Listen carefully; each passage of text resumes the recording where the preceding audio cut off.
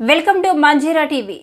ఏలూరు జిల్లా కామవరపుకోట మండలం బీసీలంటే తెలుగుదేశం అనే స్థాయి నుంచి బీసీలను దూరం చేసే స్థాయికి తెలుగుదేశం పార్టీని యనమల రామకృష్ణారెడ్డి తీసుకెళ్లారని గోరుముచ్చు గోపాల్ యాదవ్ ఆవేదన వ్యక్తం చేశారు. ఏలూరు జిల్లా కామవరపుకోట మండలం కంఠమనేని వారి గూడెంలో తన స్వగృహంలో మీడియా ముందు తన బాధను పంచుకున్నారు. తెలుగుదేశం పార్టీ అధినేత చంద్రబాబు నాయుడు తనకు ఏలూరు పార్లమెంటు స్థానాన్ని కేటాయిస్తే యనమల అడ్డుకున్నారని, బీసీలంటే యనమల కుటుంబం అన్నట్లుగా ఉందని, ఎక్కడో కడప నుంచి యనమల తన అల్లుడు మహేష్ యాదవ్ను తీసుకొచ్చి ఏలూరు స్థానం కేటాయించడం తీవ్రంగా పరిగణిస్తున్నామన్నారు. యనమల అంటే బీసీలు, బీసీలంటే యనమల అన్నట్లుగా ఉందని ఆవేదన వ్యక్తం చేశారు. ఒక బీసీగా తన కేటాయించిన స్థానాన్ని యనమల లాక్కుపోయారని, రాష్ట్రంలో మిగతా బీసీలు ఏమయ్యారని ప్రశ్నించారు. గ్రౌండ్ వర్క్ చేసిన వారిని దూరం చేసి ఏమాత్రం పేరు కూడా వినబడని వ్యక్తిని పార్లమెంట్ అభ్యర్థిగా ప్రకటించడం దారుణమన్నారు.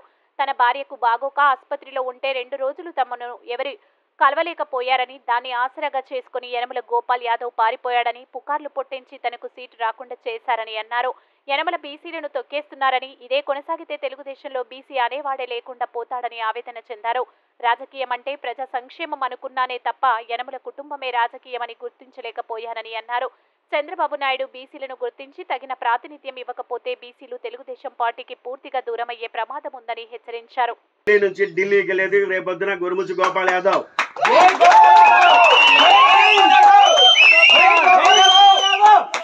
చాలా మంది చెప్తున్నారు టికెట్ ఇస్తే నాయకుడు అవుతాడు, టికెట్ ఇవ్వకపోతే పెద్ద నాయకుడు అవుతారని. నాకు వాయిస్ లేదా, నాకు బలం లేదా, బలగం లేదా, నేనేం తప్పు చేశాను? ఎవడో కొంతమంది పెడతా ఉన్నారు. యనమల రామకృష్ణ గారు ఫ్యామిలీకి వస్తే ఊరుకోము, ఏ సింగపూర్ చిన్నోడా అంటారు. ఒరే బాబు, అసలు యనమల రామకృష్ణ గారు ఏం చేశాడు నాకు తెలియదురా బాబు. 10 మంది ఆయనకు న్యాయం చేశాడని నాకు చెప్పు, నేను తెలుసుకోవాలంటే సన్మానం చేస్తా, కాళ్ళు కడుగుతా. ప్రధానమంత్రి నరేంద్ర మోదీ గారు శ్రామికులను తీసుకొచ్చి కాళ్ళు కడిగినట్టుగా నేను కాళ్ళు కడిగి నెత్తి మీద పూసుకుంటా. తీసుకురాగలవా? పలానోడికి ఎమ్మెల్యే ఇచ్చాడు వీడికి బీసీల్లో అని చెప్పు. ఓసీల్లో చెప్పుకున్నాక ఓసీలో కాకుండా మన బీసీ సోదరులకి న్యాయం చేశారు అని చెప్పు. సత్రాలకు ఏమిచ్చాడు, యాదవ సంఘాలకు ఏమిచ్చారు, కులబద్దలకు ఏమిచ్చారు, నాకు ఆన్సర్ చెప్పాల్సిన బాధ్యత మీ మీద ఉంది. అనవసరంగా నా మీద ట్రోల్ చేయకండి. నేను మీకు ముఖ్యంగా ఇంకో మాట చెప్తున్నా ఉన్నాను. నేను ఎక్కడికి పారిపోవట్లేదు, ఇక్కడే ఉంటాను. నా ఊరు కంఠమనేని వారిగూడు, నా పంచాయతీ గుంటుపల్లి, నా మండలం కామరకోట, నా జిల్లా ఏలూరు. నేను ఇందాకే చెప్పాను, గల్లీ నుంచి ఢిల్లీకి వెళ్ళేది నేనే. అది సొంత పార్టీయా లేదంటే వేరేదా అనేది నాకు కొంత టైం పడుతుంది. 3-4 రోజులు నాకు అవకాశం ఉంది. నేను ముందుగానే చెప్తున్నా, నేను ఏ నిర్ణయం తీసుకున్నా ఆలోచించే నిర్ణయం చేస్తాను. నిర్ణయం అంటే చాలా బలంగా ఉండాలి. నేను రాజకీయం చేయడానికి 20 సంవత్సరాల భవిష్యత్తుని త్యాగం చేయడానికి నేను వచ్చాను ఇక్కడికి. అంతేగాని ఏదో వస్తున్నాను, టికెట్ ఇస్తే ఉంటాడు లేదంటే పారిపోతాడనే అపోహలకి మీరు మాత్రం వెళ్ళొద్దు. నాతో ఉన్న, నన్ను నమ్మి వచ్చిన ప్రతి ఒక్కరికి కూడా నేను ఇచ్చే భరోసా ఇదే. మీ అందరికీ మరొకసారి ధన్యవాదాలు తెలుపుకుంటూ,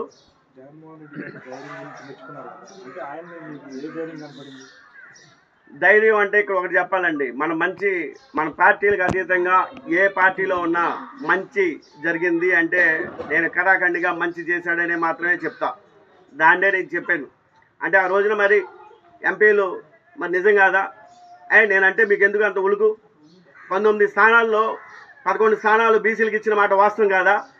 మీకు తెలియట్లేదా? మీరు ఎందుకు చెప్పలేకపోతున్నారు? ఎందుకు మన పార్టీలో ఇవ్వలేకపోతున్నాం అనేది మననం చేసుకుంటా పోయి ఆ పార్టీ ప్రత్యర్థులను మీరు ఏంటి పొగుడుతున్నారు? మనకు నాయకుడు కాదు, వైసీపీ కోవట్ అంటున్నారు. ఏంట్రా మీకు చెప్పానారా నేను వైసీపీ కోవట్నని? నేను బాబు గారిని ఎంత అభిమానించో నేను ఇక్కడికి వచ్చానో తెలుసా? నేను ఎన్ని త్యాగాలు చేశానో తెలుసా? నా త్యాగాలన్నీ కాదు, నా టికెట్లు అవసరం లేదు, నాకు రాజకీయం అవసరం లేదు. నేను ముందే చెప్పాను, ఒక రాష్ట్రం బాగుపడాలి అనే భ్రమలో ఉండి నేను మద్దతు తెలిపాను. నా ఫ్యామిలీని, నా వ్యాపారాన్ని, నా వ్యక్తిగత జీవితాన్ని మొత్తం నడి రోడ్డు మీద పెట్టాను. నాతో తిరిగినటువంటి, నా సంవత్సర కాలం తిరిగినటువంటి నా యొక్క మిత్ర బృందాన్ని అడగండి నేను ఎంత కష్టపడ్డానో, ఏ రోజుకి ఏ టైంకి వాళ్ళకి భోజనం పెట్టాను అనేది. దారంటే వెళ్తుంటే ఎక్కడ టాయిలెట్లు కూడా ఉండే కాదు. అరే ఇక్కడెక్కడ టాయిలెట్లు పోయొద్దు, ఇక్కడ రోడ్ల మీద పోస్తే బాగోదురా, మన ఎంపీ స్థానంలో మనం తిరుగుతున్నాం అని చెప్పేసి వాళ్ళకి 1 గంట పోయాల్సిన వాళ్ళు 4 గంటలకు ఏదైనా ఇల్లు వస్తే కానీ ఇంటికి వెళ్ళే వాళ్ళం కాదు. అలాంటి అని చిన్న ఉదాహరణలు చెప్తాయి. ఇవన్నీ చాలా ఉండడానికి చాలా సిల్లీగా ఉంటాయి. కానీ ఇలాగ నేను ఒక్కొక్కరిని చాలా నిబద్ధతతో అంటే పని చేయించాను నేను. సార్, ప్రస్తుతానికి వైసీపీలో కానీ టీడీపీలో కానీ ఎంపీ సీట్లు కానీ ఎమ్మెల్యే సీట్లు దాదాపు ఖరారు అయిపోయినాయండి. ఇప్పుడు మీరు ఇప్పుడు ఈ రాజకీయాల్లో ఇప్పుడు మీరు ఎదుగుతాను అంటున్నారు. అంటే మీరు ఇండిపెండెంట్గా ఏమన్నా వేస్తారా, లేదా ఏదైనా పార్టీలో జాయిన్ అయ్యి వేరే కార్యాచరణ చేపడతారండి? అంటే ఇండిపెండెంట్గా వేస్తానా వేరే పార్టీలో చేస్తానా అనేది ఈ సమావేశం యొక్క ముఖ్య ఉద్దేశం కాదు. నేనంతా కూడా ఇప్పుడు వరకు నేను మాట్లాడింది నా బాధ, నా ఆక్రోధన మీ అందరికీ షేర్ చేసుకుంటే ఈ గుండె బరువు తగ్గి కొంచెం హార్ట్ అటాక్ రాకోకుండా రేపొద్దున ప్రజలందరికీ ఉపయోగపడతాననేది నా భావన.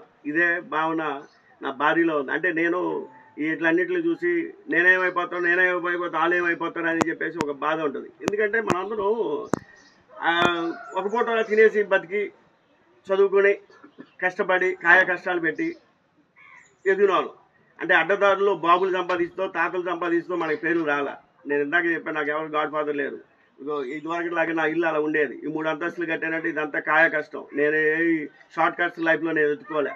ఇక్కడ ఈ ప్రాథమిక పాఠశాలలో మా ఊర్లో చదివాను. నడుచుకుంటూ వెళ్ళి జిలకరగూడ హై స్కూల్ కంప్లీట్ చేశాను. సైకిల్ దొక్కుంటూ వెళ్ళి పొద్దున్నే 7:30కి స్టార్ట్ చేసి 12:30కి హై స్కూల్లో కామరకోటలో నేను చదివాను. అలాగే మధ్యాహ్నం స్కూల్ అయితే పొద్దున్న 8 గంటలకి నేను చింతపూడి వెళ్ళి కూర్చుంటే 1:30 నుంచి 5:30 వరకు క్లాసులు చెప్తే డిగ్రీ కాలేజ్ అక్కడ పూర్తి చేశాను. ఆ తర్వాత ఆర్థిక పరిస్థితులు బాగోక నేను కరెస్పాండెన్స్ చేసి MBA పూర్తి చేసిన తర్వాత నేను ఒక లెక్చరర్గా మొదలెట్టాను నా కెరీర్ని. ఆ లెక్చరర్ జీవితంలో మనకి ఇంకా ముందుకెళ్ళాలి, సాధించాలి, చేయాలనే ఒక కసితో హైదరాబాద్ వెళ్ళాను 2002లో. అప్పుడు నేను ఒక అకౌంటెంట్గా